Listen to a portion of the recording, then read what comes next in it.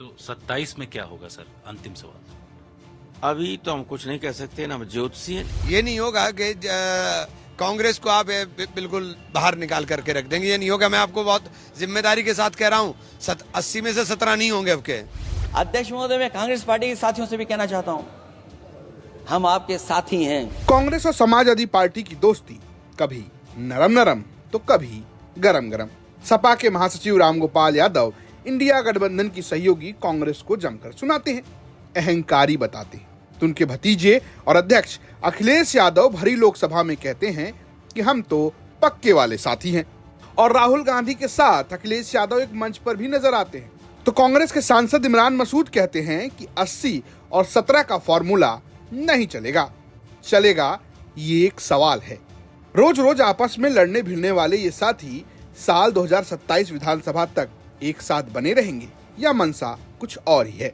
अब अखिलेश यादव के चाचा रामगोपाल यादव को देख लीजिए, कह रहे हैं हम कोई भविष्यवाणी तो कर नहीं सकते। जो स्थिति है जहां कांग्रेस के पास उम्मीदवार और जहां जीत सकते, वो सीटें देने में हमें कोई इनका है वहां भी कुछ नहीं।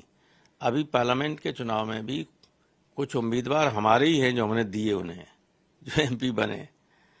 हमारी विनेबिलिटी थी 50% से ज्यादा जी, और इनकी थी 30% के आसपास।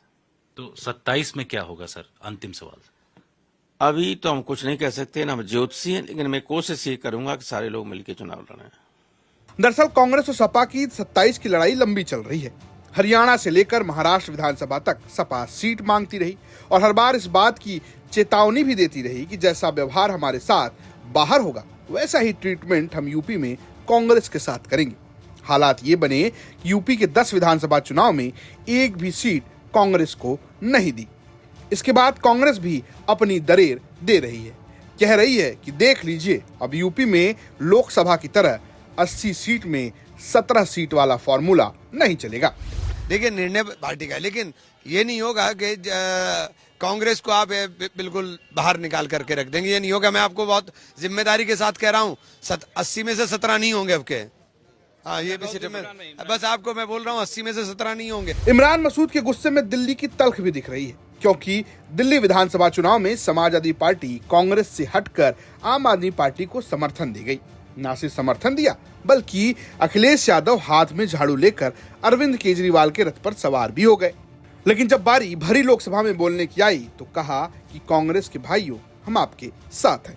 अध्यक्ष महोदय, मैं कांग्रेस पार्टी के साथियों से भी कहना चाहता हूँ, हम आपके साथी हैं और इस मुद्दे पे तो हम आपके साथ और आपके आगे भी चल करके आपका साथ दे देंगे।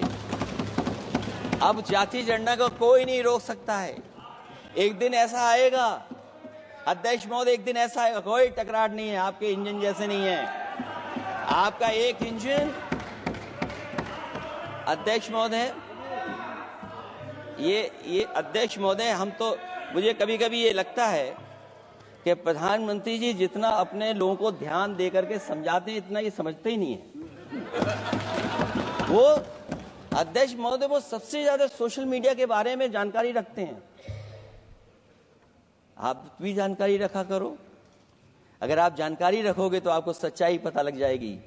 एक इंजन ने नमस्कार नहीं किया था दूसरे इंजन को, अगर याद हो तो पता कर लें। अखिलेश साथ है, लेकिन पार्टी को हरियाणा चुनाव में मिला धोखा अब भी याद है। तो अहंकार अगर न होता तो 4-5 सीटें हरियाणा में दे सकते थे कि नहीं दे सकते थे जी। एक सीट हमें दी और बाद में दूसरा उम्मीदवार, अब उसी दिन शाम को, सुबह दी, शाम को उम्मीदवार घोषित कर दिए। वेणुगोपाल साहब ने कहा कि कौन सी थी जहां से वो लड़की पे पहलवान लड़ी चुनाव, वो छेद थी विनेश फोगाट, वो सीट सुबह दी कि मैंने मुझसे कहा, अखिलेश से कहा, वो एक सीट आपको दे दी। 1 घंटे बाद वहां से वो उम्मीदवार घोषित कर दिया। तो अगर ये अहंकार में न होते तो आज हरियाणा में इनकी सरकार होती, कोई रोक ही नहीं सकता था। फिलहाल ऐसा लग रहा है कि इंडिया गठबंधन 2027 के संकट में है, लेकिन फिर ऐसा भी लगता है कि ये सब दबाव का खेल है, क्योंकि अखिलेश यादव तो कह ही चुके हैं हम आपके साथ हैं। दिल्ली से जितेंद्र बहादुर के साथ ब्यूरो रिपोर्ट, यूपी तक।